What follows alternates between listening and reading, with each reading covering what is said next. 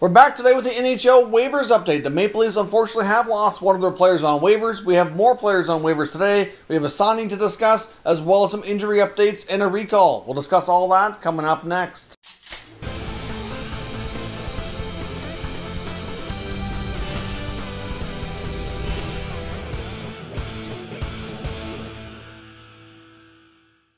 So welcome back to another video here at Top Shelf Hockey. Now, as I mentioned, we have the update from the NHL waiver wire. We had some big news on the waiver wire yesterday concerning the Toronto Maple Leafs, where they had Jason Spezza and Aaron Dell both placed on waivers for the purpose of being assigned to their taxi squad. Jason Spezza has gone and cleared through, so he will not be claimed by another NHL team. Of course, there was a statement from Spezza's agent indicating that if he were claimed, he would not report and would just retire because he didn't want to play for anybody else other than the Leafs to finish out his NHL career. So obviously, that scared off any teams that were considering making a claim, and really, what's the point of going all through that for somebody who can come in and be a fourth-line player? This doesn't really make a lot of sense, but unfortunately, the Leafs weren't so lucky with goaltender Aaron Dell. He's been claimed off waivers by the New Jersey Devils. Now, with the waiver wire, too, until we get deeper into the season, the NHL claims are done by last year's standings. So, obviously, the bottom of the standings, which would have been Detroit, they would have first dibs to make a claim. So, if they put in a claim,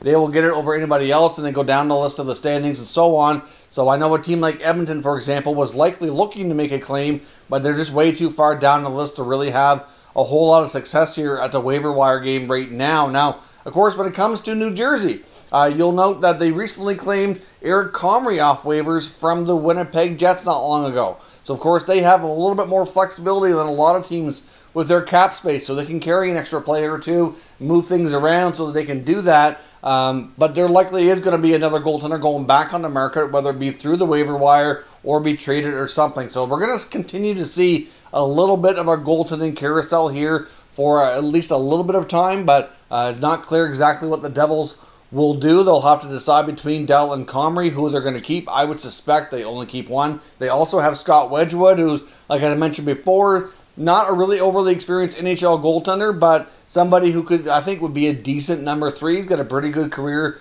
in the American Hockey League, had a good junior career, so I don't see them keeping both goaltenders. I'm surprised, actually, that it's New Jersey that put the claim in. Of course, they were left a little bit, uncertain of what to do after Corey Crawford abruptly retired, before the end of training camp.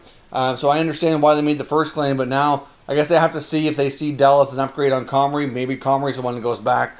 I don't know what they'll do, but I would imagine here it won't be too long. Aaron Dell will have to go into a week-long isolation period before he can join the team because of the protocols in place with the safety and everything. So I don't know. I guess we'll see what happens here. But the Leafs lose one and they keep one. Sticking with the Leafs as well, we did get a further update on the knee injury to the youngster Nick Robertson. Sheldon Keefe indicates that they had an MRI done and they got good news. So they must have thought it was really significantly worse. The good news is out about 4 weeks, so they must have been thinking more like 6 to 8 weeks for whatever the damage was, but clearly that's still not great news. But when you're expecting worse, I guess it's not so bad. But it looks as though they're going to have a bit of a rotation now that Spezza's cleared waivers. They can actually do that between himself and guys like Brooks and Boyd, etc. Pierre Engvall had already cleared as well, so we'll see what happens with their forward group and who they rotate in and out. Now with Spezza as well, he won't need waivers again for at least 30 days or until he plays 10 games. So there's lots of opportunity now for the Leafs to kind of put him in and out of the lineup, back and forth between the NHL team and the taxi squad, and rotate other players in and out and get more guys involved without having to do this again for some time. But we'll see. So that leaves Michael Hutchison, the Leafs' number 3 goaltender for right now. It's somebody they're familiar with. I know he hasn't have a terrific history in Toronto, but I think they could be in worse shape than that, obviously. So we'll see here what they do moving forward.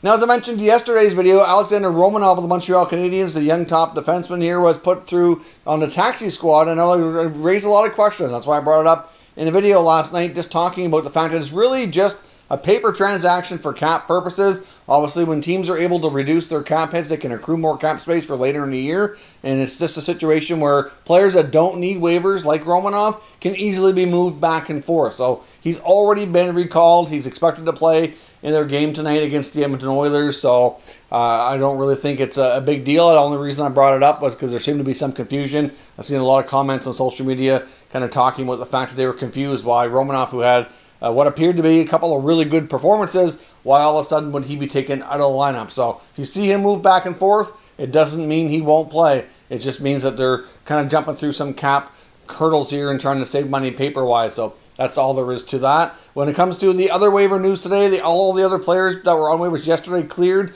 including Brett Ritchie, who had signed with the Calgary Flames. And the Flames have also made another signing on another player that needs waivers, and that's defenseman Michael Stone. So, of course, Stone's been with the Flames for some time. He's gone back and forth through camps with them on a couple times now on PTOs, getting one-year deals, etc., after being bought out a number of years back. So Stone will be on waivers today. Got a one-year deal at $700K, and I'm not really sure if he'll be claimed or not, but I know the Flames are hoping he clears and he can be a part of their rotation through the taxi squad. So that is your update here for now. I would imagine we'll have more news on the waiver wire later on, especially by tomorrow once we know what happens with today's waivers and if more players will be putting on. Like I said, I expect more goalies to kind of be interchangeable here for a little while as some of these teams figure out who's going to be their number 3 and 4 and play in the American Hockey League, etc., as they get everything settled down and sorted out. Let me know your thoughts on this news down in the comments, and we'll discuss further. If you're new to the channel, consider subscribing and turning on your notifications